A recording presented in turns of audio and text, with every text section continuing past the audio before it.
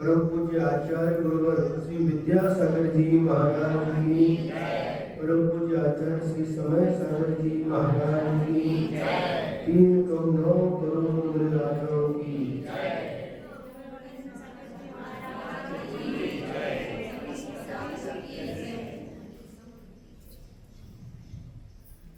दो दिन से हम लोग मेरी भावना के ऊपर प्रवचन सुन रहे हैं। पहले दिन सच्चे देव का स्वरूप बतलाया और दूसरे दिन कल गुरु का स्वरूप बतलाया। आज तीसरा दिन है और आज विशेष बात यह है, चैत्र शुक्ल अष्टमी है और आचार्य श्री समय सागर जी महाराज का आज आचार्य पद दिवस है।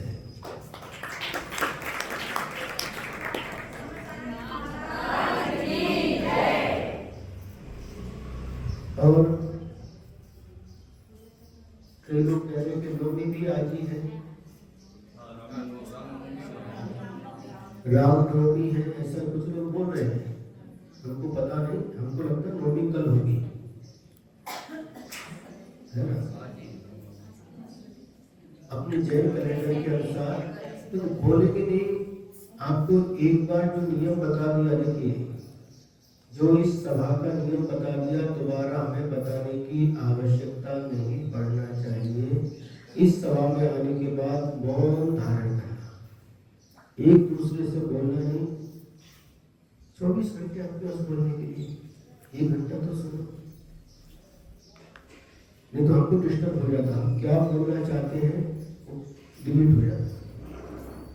इसलिए सबसे हमारा यही कहना है कि मोबाइल को स्विच ऑफ करके रखें और बोले नहीं, बिल्कुल मौन धारण करें। तो सबसे पहले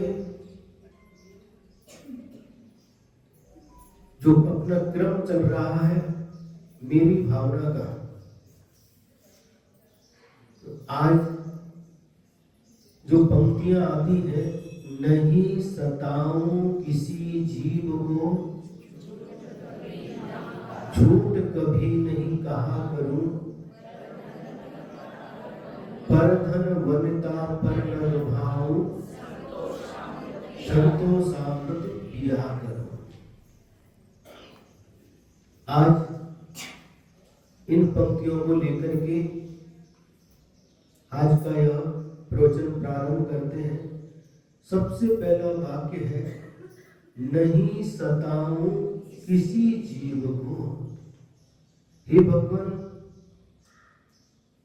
मेरे माध्यम से, मेरे मन से, मेरे वचन से और मेरे काया से किसी भी प्राणी को चोट नहीं पहुंचे, किसी भी प्राणी का मन आहत नहीं हो,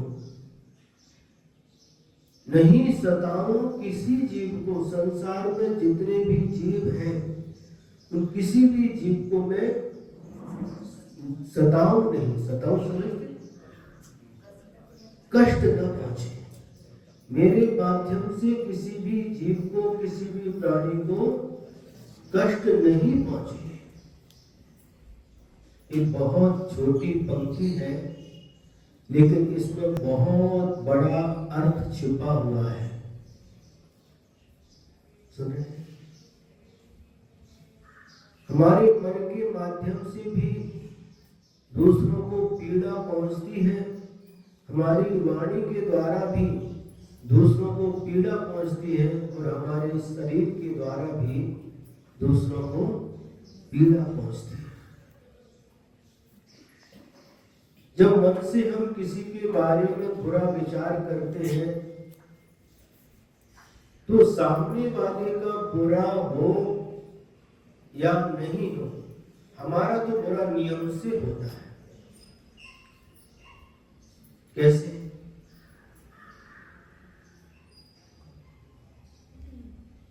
कीचड़ पड़ा था और दूसरे के ऊपर कीचड़ उछालने के लिए उठा लिया। अब उस तक कीचड़ पहुंचे या न पहुंचे, हमारे हाथ तो कीचड़ से खराब हो गए। कीचड़ लग गया हाथ में। हमारे हाथ पहले खराब हुए, उस तक कीचड़ पहुंच पाएगा कि नहीं हम नहीं बोल सकते, लेकिन हमारे हाथ पहले खराब हुए।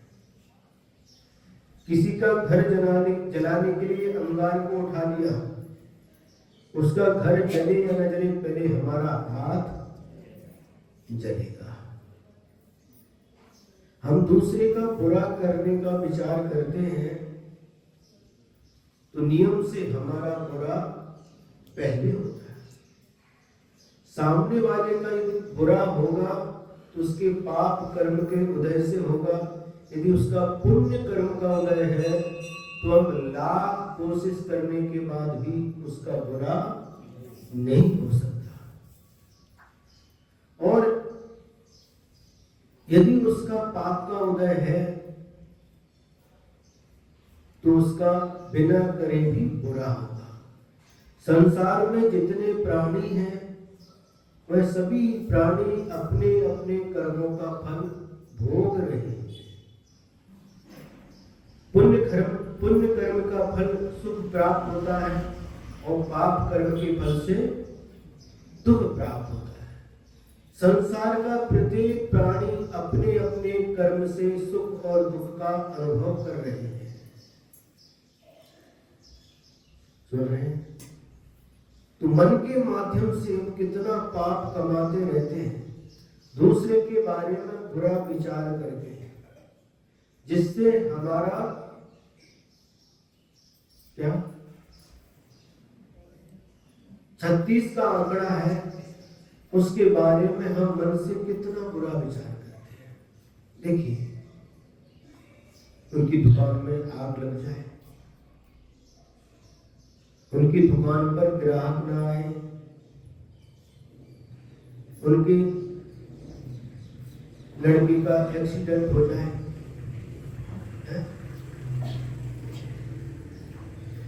उनके घर में झगड़ा लग जाए, कितने प्रकार से हम उस व्यक्ति के बारे में बुरा विचार करते हैं।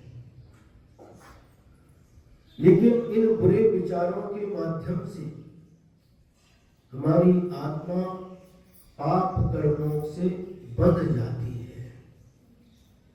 हम जैसे विचार करते हैं वैसे ही कर्म हमारी आत्मा के साथ बंध को प्राप्त हो जाते हैं।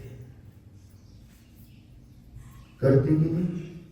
अब मन मिला है तो हम इसके माध्यम से अच्छा विचार भी कर सकते हैं।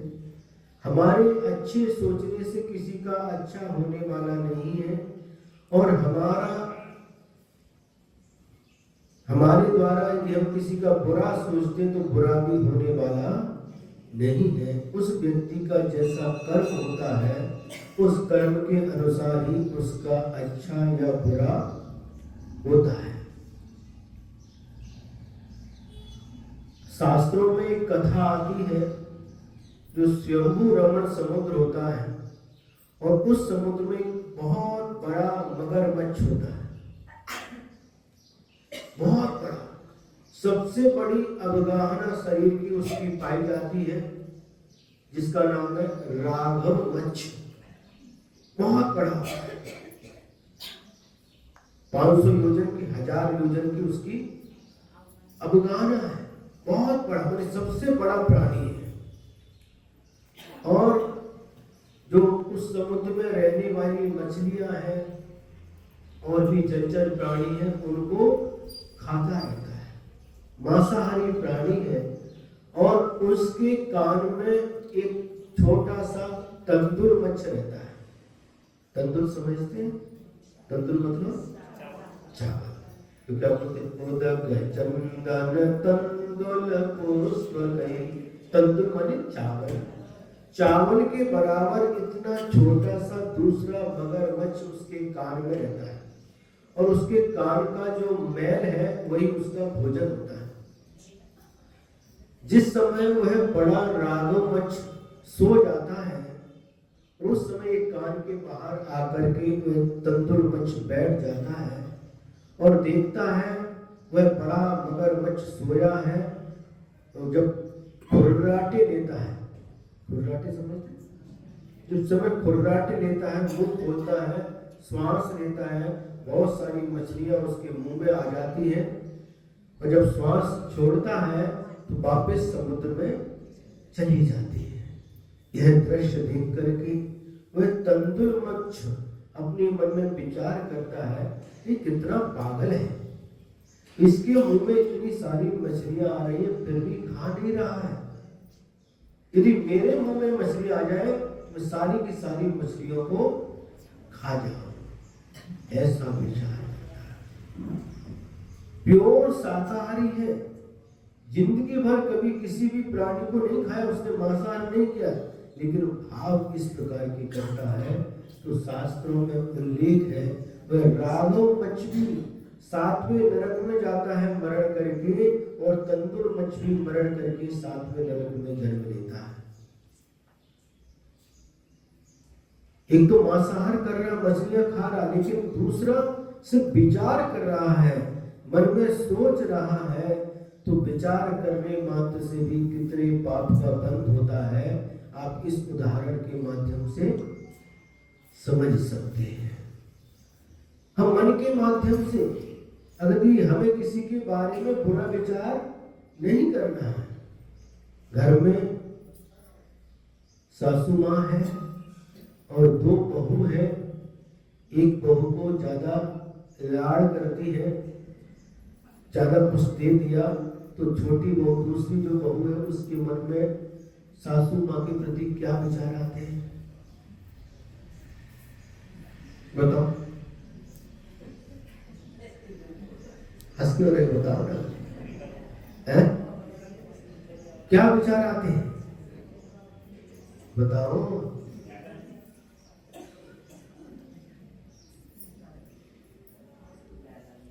उनके प्रति दुर्भाव उत्पन्न होते हैं, होते कि नहीं?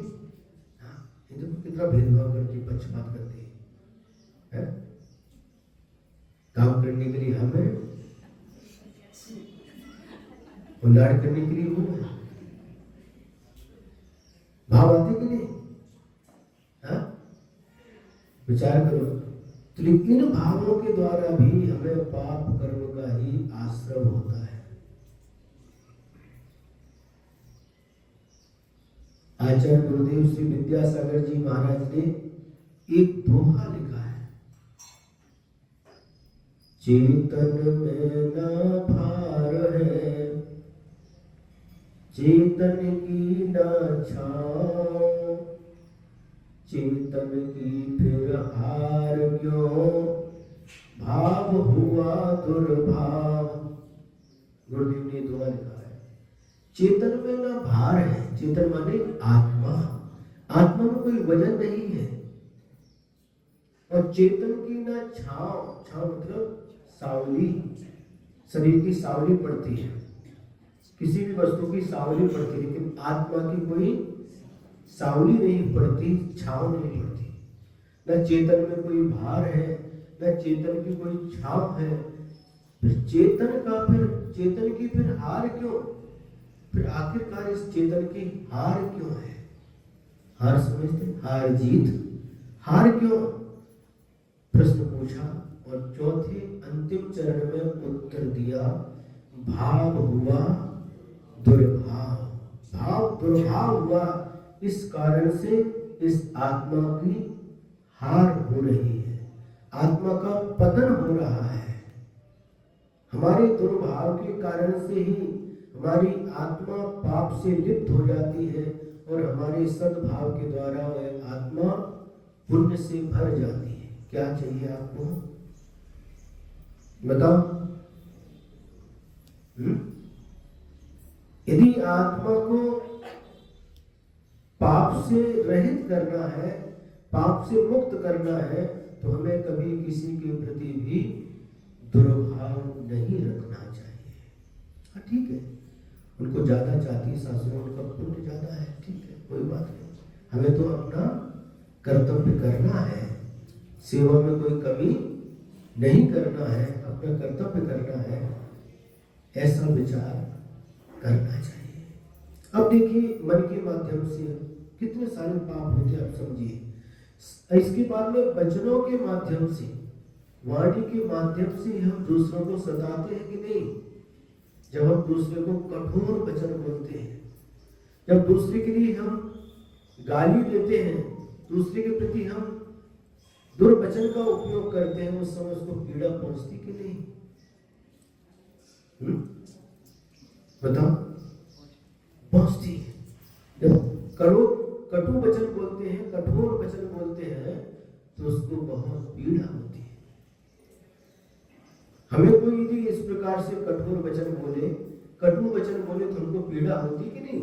जिस प्रकार से कटु और कठोर दुर्वचन सुन करके हमको पीड़ा होती है, उसी प्रकार से कटु कठोर वचन सुन करके दूसरे को भी पीड़ा होती है। इसलिए वचनों के माध्यम से भी कभी किसी को पीड़ा पहुंचाना नहीं चाहिए। सुन रहे हैं? अब शरीर के द्वारा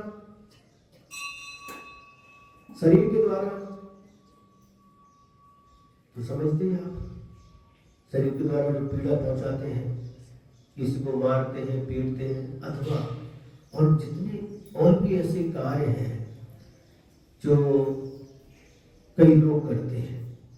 घर में काकरोच हो गए, और क्या करते? काकरोच मारने की दवाई डाल देते हैं। मच्छर हो गए, मच्छर मारने की दवाई, मक्खी मारने की दवाई, ये जितने भी प्रकार से प्रयोग करते हैं, इससे सामने वाले को, इन जीवों को पीड़ा पहुंचती है, जीव सताए जाते हैं।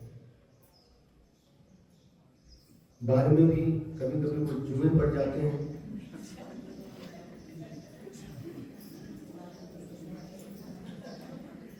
उस समय भी उसमें कुछ डाल देते हैं, मर जाते हैं। मारने की किसी भी वस्तु का उपयोग नहीं करना चाहिए,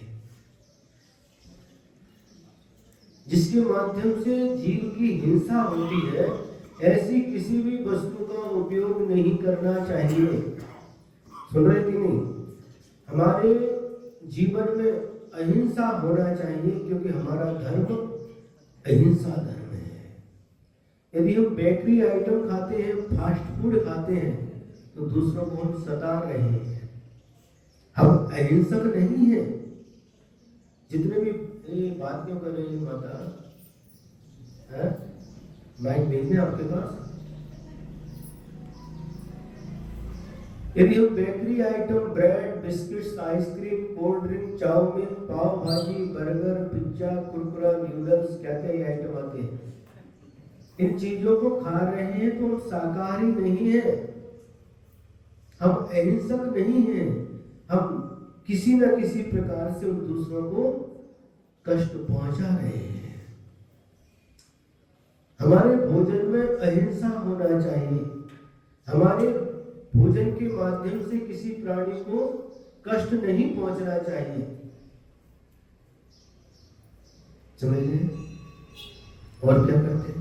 ये तो बेहतरीन फास्ट फूड के जितने भी आइटम है सब में किसी में अंडा है, किसी में चर्बी है, बहुत गंदी चीजें पड़ी हुई है और उनको खाते तो हम अहिंसक नहीं है, हम प्राणियों को सता रहे हैं, कष्ट पहुंचा रहे हैं। यदि हम अचार खाते हैं, अचार समझ, लौंचा खाते, भोजन करते हो साथ साथ,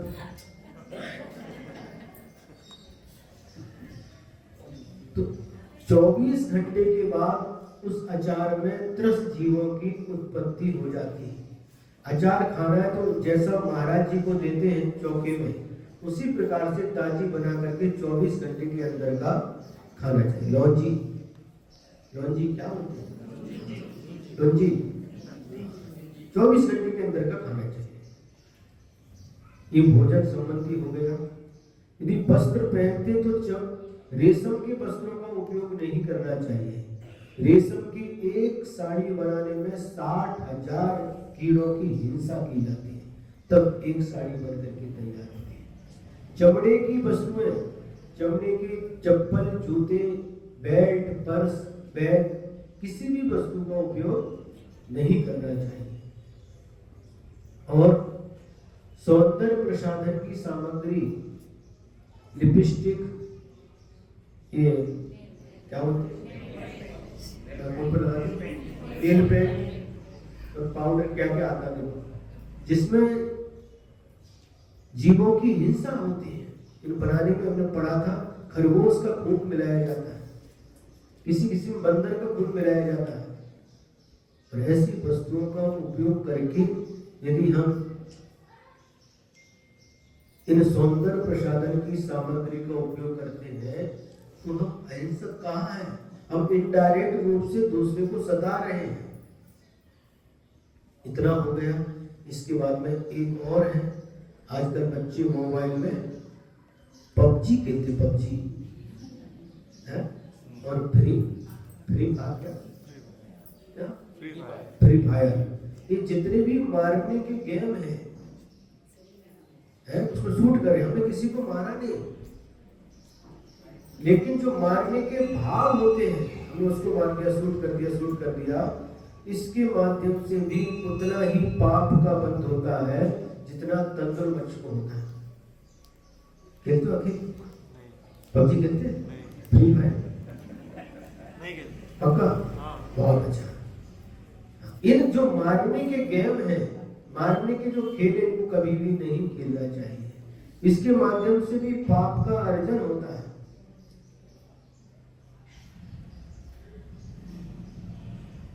जब हम छोटे थे तो घर में जो दादी माँ थी, दिवाली के समय कुछ ऐसी शक्कर से बने हुए एक खिलौने आते थे। कोई हाथी के आकार का है, कोई मछली के आकार का है, कोई मोर के आकार का है, ऐसे शक्कर से बने हुए रहते थे। वो दादी माँ उस समय बोलती थी, इनको नहीं खाना, इससे पाप लगता है। इससे क्यों पाप लगेगा? बच्चे थे हम, इससे क्या पाप लगेगा?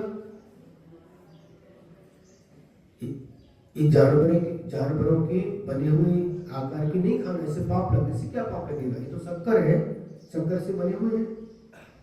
नहीं, जब खाते हैं तो उस समय हाथी की सूंड है, ये हाथी का पैर खाया, हाथी का ऐसे जो भाव होते हैं उसके माध्यम से पाप का बंध होता है। बचपन में कुछ ऐसे चॉकलेट वगैरह भी उस समय ऐसे आती थी, संतरे की गोली वगैरह, तो मछली वगैरह क्या करती, उनको खाने के लिए भी मना करते थे। उस समय तो ज्ञान नहीं था, लेकिन आज समझ में आता है कि उसके माध्यम से भी, भले वो शक्कर के बने हुए हैं, लेकिन उसके माध्यम से भी पाप कर्म का बंद होता है। अब दूसरी पंक्ति है, नहीं सताऊं किसी जीव को। हमारा जीवन ऐसा होना चाहिए कि हमारे जीवन के माध्यम से किसी भी प्राणी को कष्ट नहीं पहुंचना चाहिए। अब झूठ कभी नहीं कहा करो। भगवान, मैं कभी भी झूठ नहीं बोलूं। समझ रहे? झूठ नहीं बोलूं। लेकिन ऐसा सत्य भी नहीं बोलना चाहिए कि जिसके माध्यम से किसी का जीवन संकट में चला जाए, किसी के जीवन में संकट आ जाए, ऐसा सत्य भी नहीं बोलना चाहिए। यदि झूठ बोलने से किसी के प्राणों की रक्षा होती है, यदि झूठ बोलने से किसी का भला होता है, तो एक झूठ भी सत्य से बढ़ करके होता है। और यदि सत्य बोल करके भी किसी के प्राण संकट में पड़ जाते हैं, तो वह सत्य भी झूठ से बढ़ करके होता है। कैसे? कैसे? क्योंकि हमारे भावों के माध्यम से भले ही सत्य है, लेकिन सत्य होने के साथ साथ यदि वह दूसरे को पीड़ा पहुंचाने वाला है, तो वह असत्य है। जैसे कोई व्यक्ति अंधा है और उसको अंधा कहो, सत्य है वो अंधा है, लेकिन उससे अंधा कहोगे तो उसको अच्छा लगेगा? बताओ, नहीं लगेगा। एक व्यक्ति की एक आंख है, उससे काना कहो, उसको अच्छा लगेगा? नहीं। लंगड़े व्यक्ति से लंगड़ा कहना, लूले व्यक्ति से लूला कहना, ये सब सत्य है। वह लंगड़ा है, उसका एक पैर नहीं है, उसकी एक आंख नहीं, वह काना है, दोनों आंख नहीं, वो अंधा है, सत्य है। लेकिन ये सत्य कहने से उसको पीड़ा पहुंचती कि नहीं? बताओ। इसलिए सत्य भी सत्य नहीं है। जो दूसरे को पीड़ा पहुंचाने वाला सत्य सत्य नहीं होता। अब एक व्यक्ति है और एक व्यक्ति गया, वो सत्य बोलता था, और एक व्यक्ति ने सोच लिया कि आज इसको असत्य साबित करके रहूंगा, झूठा बना करके रहूंगा, और उसने हाथ में एक चिड़िया को पकड़ लिया। क्या पकड़ लिया? चिड़िया को पकड़ लिया। बताओ, उसके पास गए, बताओ ये चिड़िया जिंदा है या मरी हुई है? उस व्यक्ति ने देखा, अरे ये तो गर्दन घुमा रही है, चूचू कर रही है, आंखों की खोल रही है, बंद कर रही है, तो जिंदा है। लेकिन उसके भाव को समझ गया, यदि मैं इसको अभी जिंदा बोलूंगा तो इसको तो आज हमें झूठा साबित करना है, तुरंत उसको दबा देगा, चिड़िया मर जाएगी। उसने कहा, उसके भाव को समझ गया और उसने कहा, अरे इसमें क्या पूछने की बात है, ये चिड़िया तो मरी हुई है, मरी हुई है। तुरंत उसने मुट्ठी खोल दी और चिड़िया बुर्र करके उड़ गई। चिड़िया के प्राणों की रक्षा हुई। यहाँ पर वह असत्य भी सत्य से बढ़कर है।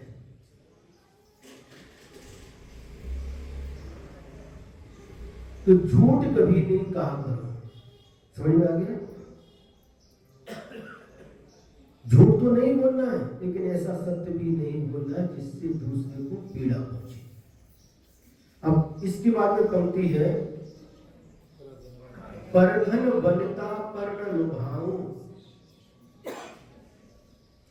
दो बात आ गई। पर धन, दूसरे के धन पर, और दूसरे की वनिता यानी पत्नी पर, स्त्री पर न लुभाऊं। दूसरे के धन को देख करके उसको ग्रहण करने का विचार हमारा नहीं होवे। चोरी समझते हैं? किसी की पड़ी हुई, रखी हुई, भूली हुई वस्तु को उठा लेना, इसका नाम चोरी है। इसी का नाम चोरी नहीं है। कई बार देखा जाता है, घर में पिताजी थे, पिताजी का मरण हो गया, घर में जो संपत्ति थी उसकी जब बंटवारा का नंबर आया, बंटवारा, तो उस समय भाई ने, जो बड़ा था, उसने ज्यादा ले लिया और छोटे भाई के लिए कम दे दिया। ये भी चोरी है।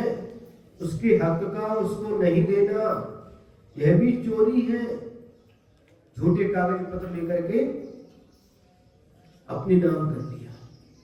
खेती थी, अरे ये तो मैंने अपनी मेहनत से ली है, इसमें तुम्हारा कोई अधिकार नहीं है। भाई का अधिकार बहन का अधिकार छीन लेना, यह भी चोरी है। सुनेंगे नहीं? चोरी है।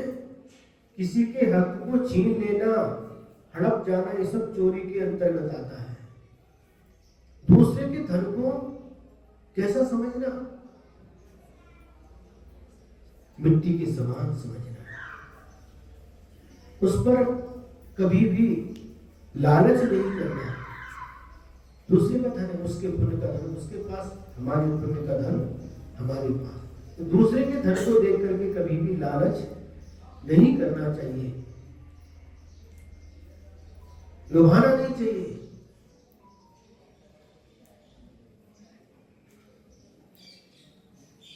समझ आ रहा है?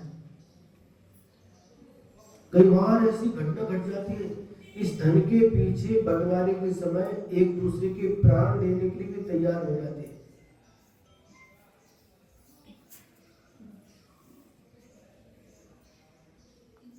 जब तक साथ में थे, सुनो, साथ में थे, बड़े भाई ने उसी दुकान से अपना अलग घर बना लिया,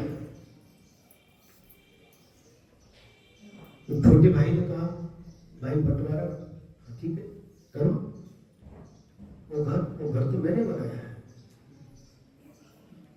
अरे घर तो बनाया है, लेकिन जब साथ में थे, दुकान एक ही थी, उसी दुकान से तो बनाया है। नहीं, वो तो मेरा है, उसमें कोई भी तुम्हारा हिस्सा नहीं है। ये क्या हो गया? चोरी हुई कि नहीं? ये छल हुआ। ऐसी बहुत सारी घटनाएं देखने को मिलती है, सुनने को मिलती है। इस प्रकार से करना भी चोरी है। तो पर धन पर न लुभाओ, पर वनिता पर न लुभाओ। दूसरे की स्त्री को देख करके कभी भी उसके प्रति मन में अन्य विचार न आवे। संसार में स्त्रियां 3 प्रकार से होती हैं। एक अपनी उम्र की होती है, एक छोटी होती है और एक बड़ी होती है। तो जब भी स्त्री को देखे तो 3 रूप में देखे। जो बड़ी है उनको माँ के रूप में, जो बराबर की है उसको बहन के रूप में, और जो छोटी है उसको बेटी के रूप में। जब तक शादी नहीं हुई तब तक, और जब शादी हो गई तो जिसके साथ शादी हुई है उसको पत्नी के रूप में, और बाकी जितनी भी महिला स्त्री उनको 3 रूपों में। उसी प्रकार से स्त्री जो पुरुष को देखे तो 3 रूप में देखे। जो बड़े हैं उनको पिता के रूप में, बराबर के उनको भाई के रूप में, और छोटे उनको बच्चे के रूप में। इस प्रकार से यहाँ पर इन 5 पापों से ऊपर उठने की बात कही। नहीं सताऊं किसी जीव को, मतलब यहाँ पर मैं हिंसा नहीं करूं, झूठ कभी नहीं कहा करूं, असत्य नहीं बोलूं, है ना।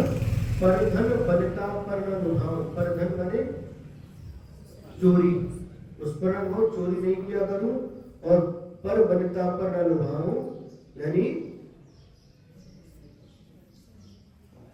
स्वदार संतोष व्रत का पालन करो। एक बहुत बड़ा व्रत है स्वदार संतोष व्रत। स्व माने अपनी, दार माने पत्नी में संतोष रखना। शादी होने के बाद में ये व्रत होता है, पति अपनी पत्नी में संतोष रखे और पत्नी अपने पति में संतोष रखे। संतोषामृत पिया करूं, संतोष रूपी अमृत को पिया करो। संतोष रूपी अमृत, संतोष किसे कहते हैं? यहाँ पर कह दिया परिग्रह। परिग्रह के प्रति, धन के प्रति और जो लालसा होती है उसको रोकने के लिए कहा संतोषामृत पिया करो। बस जितना है उसमें संतोष रखो। होता है क्या? महाराज कहना बहुत सरल है, लेकिन संतोष रखना बहुत कठिन होता है। प्रत्येक प्राणी तृष्णा की आग में जल रहा है। तृष्णा मतलब और चाहिए, अजून पाहिजे। संतोष नहीं होता। जब कुछ नहीं था तब कम से कम रहने के लिए झोंपड़ी तो मिल जाए, पतरे का मकान मिल गया। अब ये पतरे का मकान है, कम से कम स्लैब का बन जाए। स्लैब का हो गया। अब स्लैब का होने के बाद में ये तो बहुत कंजेस्टेड है, तो चंपू मंदिर के बाद पास तो श्रद्धा नगरी है, वहां पर बड़ा बंगला बन जाए तो अच्छा है। गए थे श्रद्धा नगरी में, एक बड़ा बंगला हो जाए तो अच्छा। बड़ा बंगला भी बन गया। 3 भाई हैं, अब अपना सेपरेट अलग बंगला हो जाए तो बहुत अच्छा है। जो पुराना घर था उसको छोड़ करके उसको गोडाउन बना दिया और जाकर के श्रद्धा नगर में और हो जाए, अब अलग हो गया। अब 2 बच्चे हमारे दोनों के अलग अलग हो जाए। कि तृष्णा कभी भी शांत नहीं होती, जितना मिल जाए उतना उसको कम ही लगता है। तो पहले साइकिल भी नहीं थी, पैदल जाती थी, साइकिल मिल जाए, साइकिल मिल गई। अब इस साइकिल तो टाइम लगता है थोड़ा सा, और क्या मोटरसाइकिल मिल जाए, मोटरसाइकिल मिल गई। उसके बाद कार, 4 व्हीलर कार मिल गई। और कार के बाद नहीं तो नई कंपनी की वो निकली, कौन सी कंपनी आती है। कहने का मतलब है कभी भी तृष्णा समाप्त नहीं होती। तृष्णा नागिन ज्यो ज्यो डंके, लहर जहर की आवे।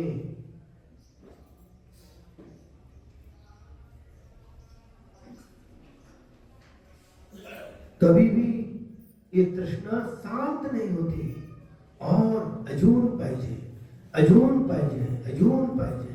ये मरते तक एक करते रहते हैं। देखिए मरते तक भी ये चलता रहता, और चाहिए, और चाहिए, और चाहिए।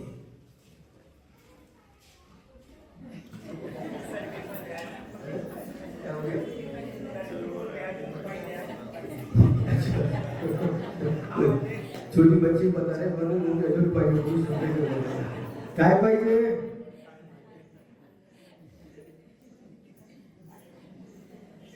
तृष्णा कभी भी समाप्त नहीं होती।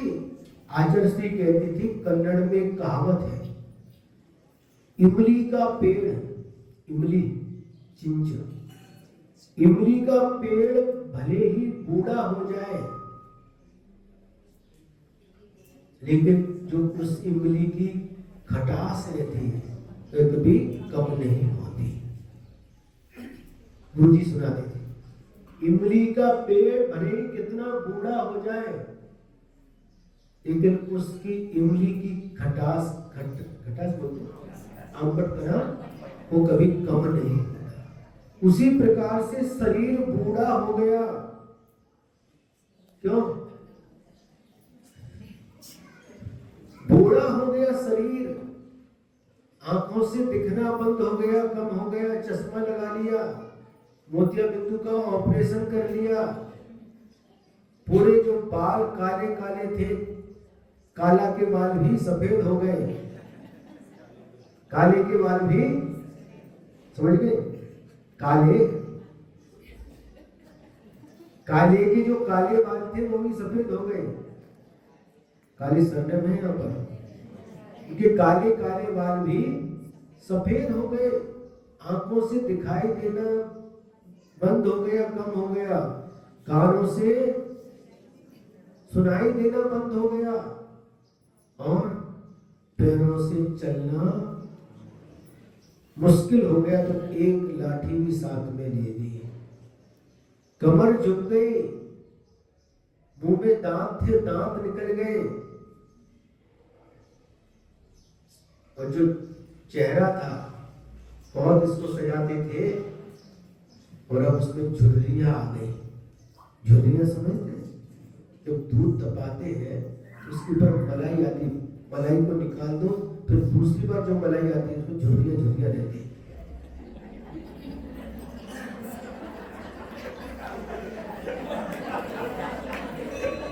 नहीं होती क्यों रहेगा?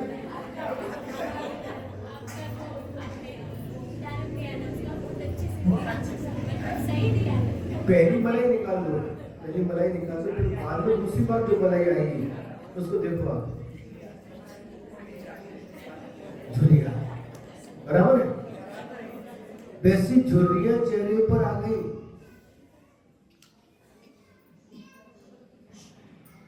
है, और उसके बाद में क्या, अब धर्म करने की याद आई है। जब कानों से सुनाई देता था, जब कानों से सुनाई देता था तब नहीं जाती थी, अब कानों से सुनाई देना बंद हो गया। बेटा नातू को बोलते, बेटा चलो। कहाँ? महाराज जी आए हैं प्रवचन सुनने के लिए। जब कान से सुनाई पड़ता था तो प्रवचन नहीं सुने, जब कान से सुनना बंद हो गया महाराज के प्रवचन की याद आ रही है। जब आंखों से दिखाई देना बंद हो गया, चलो बेटा लेके चलो। कहाँ? महाराज जी के पास, मंदिर लेकर के चलो, भगवान के दर्शन करना है। और जब हाथ देख रहे हैं हिलने लगे, कपने लगे, चलो बेटा महाराज जी आए हैं, हाथ दे दे।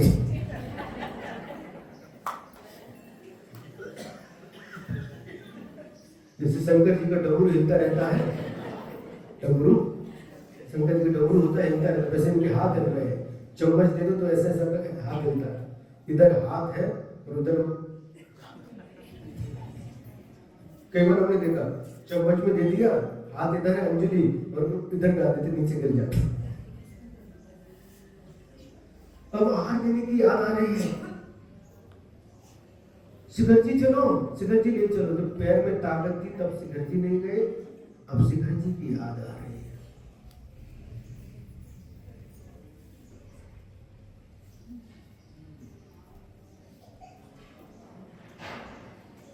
सुन रहे? ये हंसने के लिए नहीं सुना रहे, वास्तविकता है। कमर झुक गई, 90 अंश का कोण बन गया। कितने अंश का? इधर से ऐसा, इधर से ऐसा। अब धर्म की याद आ रही है। जीवन भर तो कुछ नहीं किया, तो कम से कम अब तो धर्म कर ले। क्या होगा?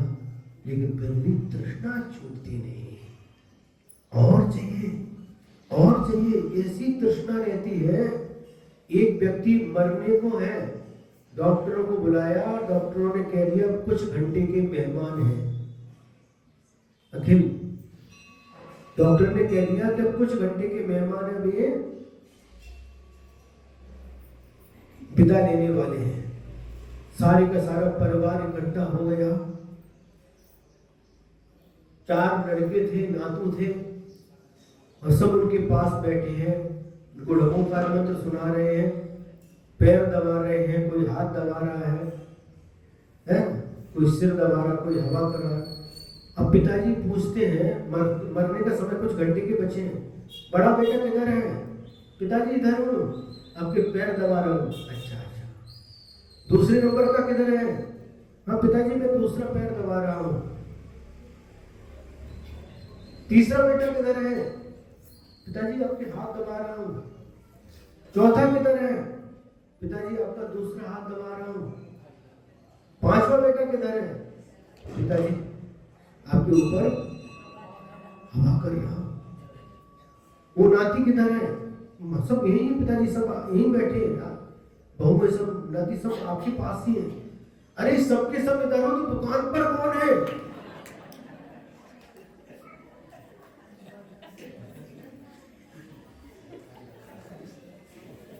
सबके सब इधर बैठे, दुकान पर कौन है? तो प्राण निकल रहे फिर भी दुकान की चिंता है। सुने, तृष्णा जीर्ण नहीं होती। कालो न यातो वैवेव याता, तृष्णा जीर्णा वयमेव जीर्णा, तपो न तप्तम वयमेव तपता। आचार्य जी सुनाते थे, हमने तप को नहीं तपा, तप ने हमें ही तपा दिया। इस शरीर काया जीर्ण हो गई, लेकिन मन की तृष्णा जवान है, अभी भी जवान है। इंग्लिश में दो शब्द आते हैं, एंड, एक ए एंड और एक ई एंड। जब पिक्चर देखने जाते हैं टॉकीज में, पिक्चर समाप्त होता है तो पर्दा पर द एंड, खत्म। एंड माने समाप्त, और ए एंड मतलब और। तो ए एंड वाला और हमेशा जीवन में लगा रहता है, और पाप के क्षेत्र में तो दी एंड होना चाहिए, बस हो गया, बहुत हो गया। लेकिन धर्म के क्षेत्र में एंड नहीं करना। महाराज आपने बताया था ना प्रवचन में, दी एंड, हाँ बस हो गया, मंदिर जाकर के आ गए, दी एंड नहीं। धर्म के क्षेत्र में ए एंड होना चाहिए, और पाप के क्षेत्र में ई एंड होना चाहिए। धर्म के क्षेत्र में और अजून पाहिजे, दर्शन कर दिए, अरे और अभिषेक भी करना है, अष्टक भी करना है, महाराज जी आए प्रवचन भी सुनना है, आहार भी देना है, भैया नृत्य भी करना, और एंड और अजून पाहिजे, इसमें करो अजून पाहिजे। आखिर विचार करो, शरीर के लिए कितना चाहिए? शरीर के लिए कितना चाहिए? किसी ने लिखा है, दाता इतना दीजिए जामे कुटुंब समाए, मैं भी भूखा ना रहूं, साधु न भूखा जाए। कितनी पवित्र भावना है ये, भगवान मुझे और कुछ नहीं चाहिए, बस इतना ही दीजिए जिसमें कुटुंब समाए। हमारा जो कुटुंब है, परिवार है, इसकी आवश्यकताओं की पूर्ति होती रहे, और मैं भी भूखा ना रहूं, मैं खुद भी भूखा ना रहूं, और कोई भूखा मेरे द्वार पर आ जाए तो भूखा न जाए। बस इतना ही चाहिए, और कुछ नहीं चाहिए।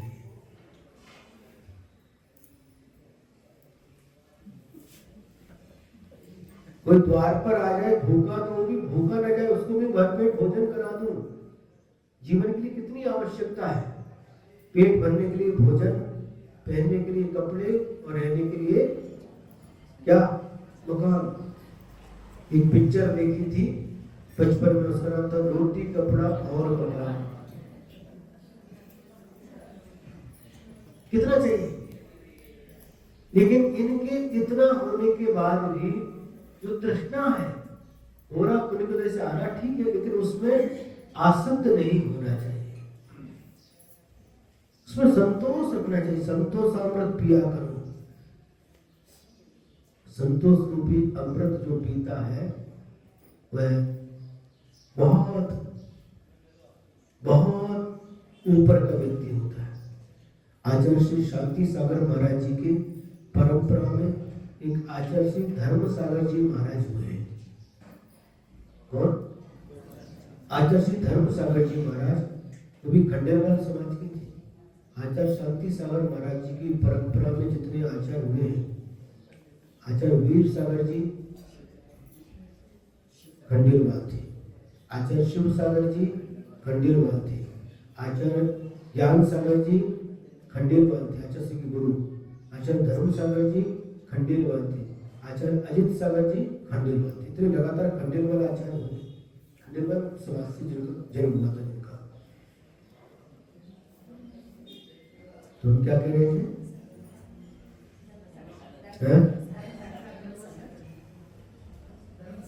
हाँ, आचार्य धर्म सागर जी जो महाराज थे, जब पहले जब घर पर रहते थे, बाल ब्रह्मचारी थे, तो वो गमछा बेचने जाते थे, गमछा बेचते थे, और उनका नियम था 1 रुपए का गमछा हो गया बस खत्म, दुकान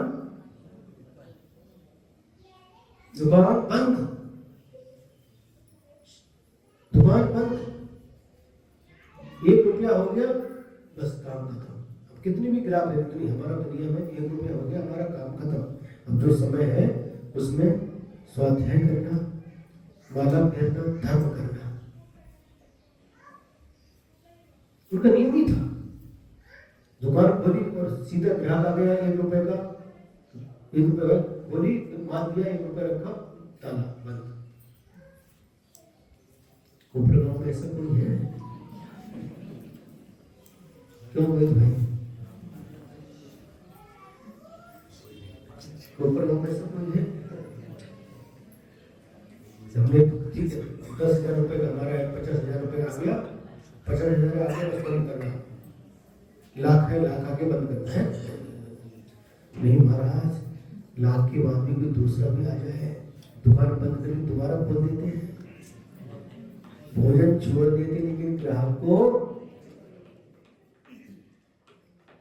बताओ, भोजन छोड़ देते लेकिन ग्राहक को नहीं छोड़ते। हम महाराज पक्के बनिया है, पक्के बनिया है। भोजन नहीं मिला तो चलेगा, लेकिन ग्राहक को नहीं छोड़ते। बंद करते करते भी, और बंद करके घर पर भी चले गए, फोन आ गया किसी का, ग्राहक का, वापस खोल करके भी। कल हमने देखा लोग आए, जंगल के लिए 4-5 लोग थे, जंगल से वापस हमने थोड़ा आओ ऊपर, थोड़ा गली उड़ती के लिए, तो देखा एक अजमेरा था निखिल, बाकी लोग लगे क्यों दुकान खोलने का समय हो गया, दुकान खोलने का समय हो गया, 8 बजे दुकान खोले तो दुकान तो टाइम से खुलेगी, दुकान खोलने का टाइम 8 बजे, तो 8 बजे ही खुलेगी। स्कूल का टाइम बच्चों का कितने बजे का? 8 बजे, तो उसके पहले ही उसको रेडी कर करके टाइम से स्कूल भेज देंगे। जॉब करती है तो जॉब का जो टाइम है सर्विस का, वहां पर उसी टाइम से पहुंचेंगे। टॉकीज का टाइम है पिक्चर देखने के लिए 12 से 3, 3 से 6, 6 से 9, 9 से 12, उसी टाइम उसके पहले पहुंच जाते हैं, पहुंचते कि नहीं? टिकट लेने के पहले पहुंच जाते हैं। बस का टाइम है, कोपर गांव से जाना है बस से कहीं, नगर को जाना है, अहिल्या नगर, अहमदनगर, तो टाइम बस का है 8 बजे। कितने बजे पहुंचते बस स्टैंड? 7:45 बजे। वाह, बहुत होशियार आप लोग। बच्चे का स्कूल का टाइम है तो उसके पहले बस आती है, उसके पहले ही रेडी करके रखते हैं, है ना? और ट्रेन का टाइम है, कोपर गांव से जाना है आपको, कहाँ जाना है? संभाजी नगर। ट्रेन का टाइम है 8 बजे, रेलवे स्टेशन पर कितने बजे पहुंचते? 7:30 बजे। अमन एरोप्लेन से जाना है आपको, कहीं दिल्ली जाना है, एरोप्लेन नासिक से है या फिर औरंगाबाद संभाजी नगर से है, 8 बजे का टाइम है, कितने बजे पहुंचते हैं? 6 बजे, 2 घंटे पहले पहुंचते हैं। बिल्कुल। डॉक्टर से, वाह, डॉक्टर से अपॉइंटमेंट लिया, डॉक्टर ने टाइम दे दिया, तारीख दे दी, इस तारीख को इतने बजे आना है, 26 मार्च को 8 बजे पहुंचना है। कितने बजे पहुंचेंगे? 7:30 बजे, आधा घंटा पहले पहुंचते हैं। सब जगह आप लोग टाइम से पहले पहुंच जाते हैं, लेकिन यहाँ पर प्रवचन सुनने के लिए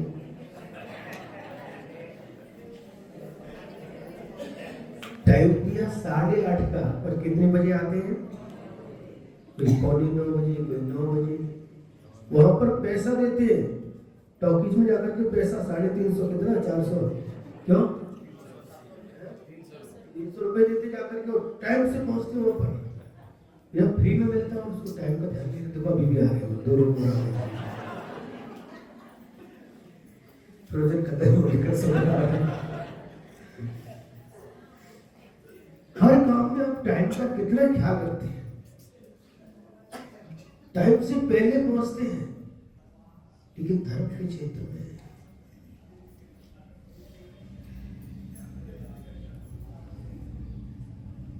लेट करते हैं। लेट नहीं करना चाहिए। पहले 8:30 का टाइम, तो 8:30 पर आकर हम जब आए देखा बोले लोग थोड़े से लोग धीरे धीरे करके पूरा हॉल भर गया, उधर भी लोग बैठे। लेकिन पहले से आए उसका आनंद अलग होता है। एक छोटी सी घटना सुना करके समाप्त करेंगे। बहुत पुरानी बात है, लगभग 35 साल पुरानी बात हो सकती है, 30-35 साल पुरानी। एक व्यक्ति ऐसा था जिसको कान से सुनाई नहीं पड़ता था और मुंह से बोल भी नहीं सकता था। लगभग 22 साल की उम्र होगी उसकी, और जब प्रवचन होता था तो सबसे आगे आकर के बैठता था। सबसे पहले आकर के चटाई बिछाना और सबसे आकर के सबकी व्यवस्था करता था। चटाई बिछा करके सबसे आगे आकर के बैठता था और हाथ जोड़ करके बैठा रहता था। चातुर्मास चालू था। वो उससे पूछा, जब तुमको सुनाई नहीं पड़ता तो क्यों प्रवचन सुनने के लिए आते हो? तुमको सुनाई तो पड़ता नहीं, यहाँ के क्यों बैठते हो? उस व्यक्ति ने कितनी सुंदर बात कही, लिख करके बताया कि मैंने पिछले जीवन में, पिछले जन्म में इन कान का उपयोग नहीं किया होगा, इन कान का दुरुपयोग किया होगा, कभी जिनवाणी नहीं सुनी होगी, कभी भगवान की वाणी, गुरु की वाणी नहीं सुनी होगी, इसलिए इस जीवन में हमें कान नहीं मिले, हमें आंख मिली है। भले ही हमें महाराज जी का प्रवचन सुनाई नहीं पड़ता, लेकिन 1 घंटे तक इन आंखों से हम महाराज के दर्शन करते हैं। आंख मिली है तो कम से कम इसका तो सदुपयोग कर रहे हैं, ताकि अगले जीवन में पुनः आंख मिल सके। कितनी पवित्र भाव है, कैसे उत्तम विचार है। सबसे पहले आकर के बैठता था। कितना पुण्य कमाया उस व्यक्ति ने।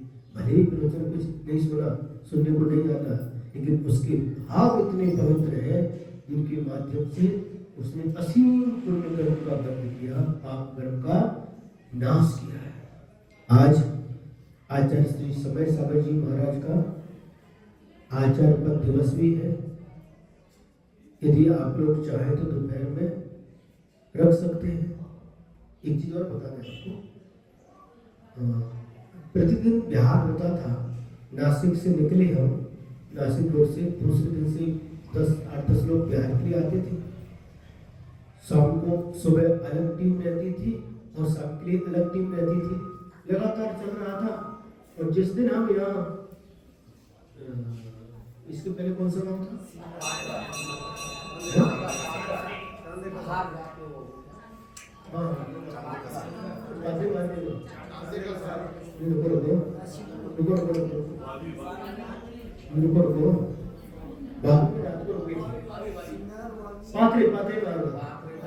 पाथरी में डेली 3-3:30 बजे तक, 3 बजे तक लोग आ जाते थे बिहार के लिए।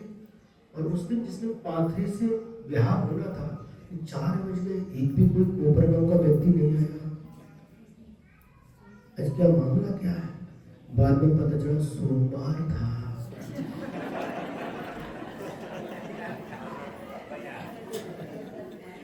आधा बिहार होने के बाद अक्षय अच्छा मुन्ना तो आ गए भैया। आधा बिहार होने के बाद में आज कहाँ गए सब लोग? क्या गए? बाहर गए? नहीं महाराज, आज सोमवार है, ऊपर गांव का बाजार का दिन है।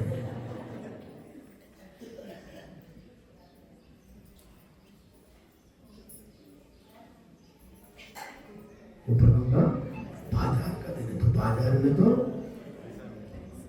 हमें तो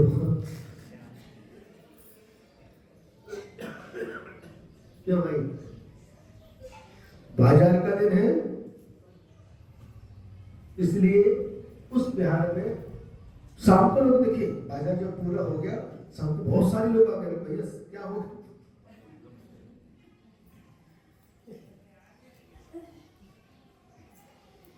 आचार्य समय सागर महाराज जी बहुत शांत स्वभाव के आचार्य हैं और आचार्य गुरुदेव विद्यासागर महाराज जी की प्रथम दीक्षित मुनि शिष्य हैं।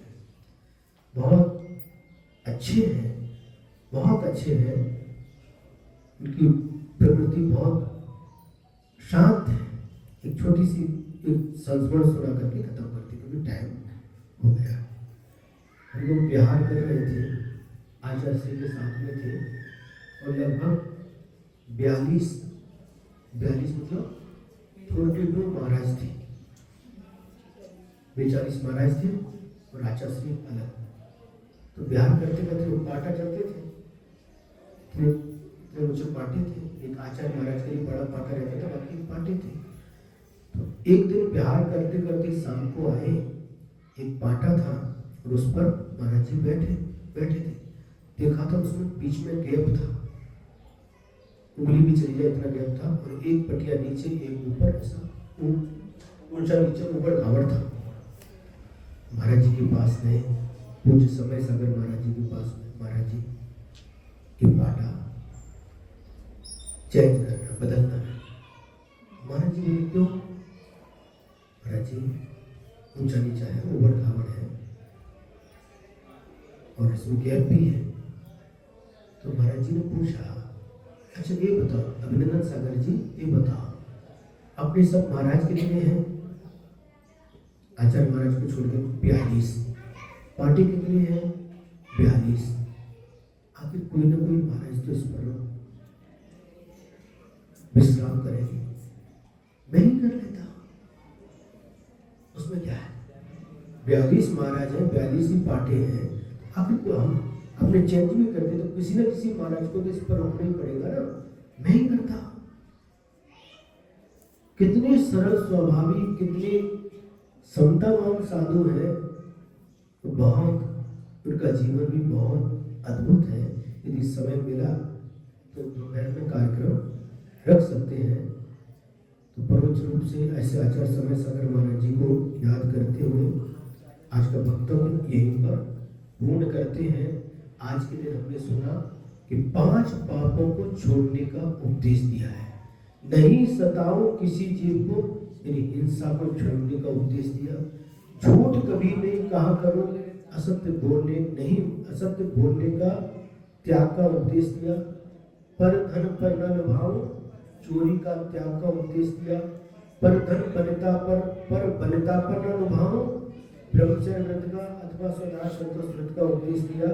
और संतोषामृत पिया करो, परिग्रह में परिग्रह परमान व्रत या जो मिला है उसमें संतुष्ट रहो, इस प्रकार से अपरिग्रह व्रत की भावना का उपदेश दिया गया है। समय आपका पूर्ण हो गया। जय बोलो देवालय श्री पार्श्वनाथ भगवान की, परम पूज्य इच्छा प्रदाता आचार्य गुरुवर श्री विद्यासागर जी महाराज की, परम पूज्य आचार्य श्री समय सागर जी महाराज की। बोधि समाधि परिणाम शुद्धि, सात्मोपलब्धि शिव सौख्य सिद्धि, चिंतामणि चिंतित वस्तु वाले, त्ववन्द्यमानस्य ममास्तु देवी, त्ववन्द्यमानस्य ममास्तु देवी। 9 बार नमो।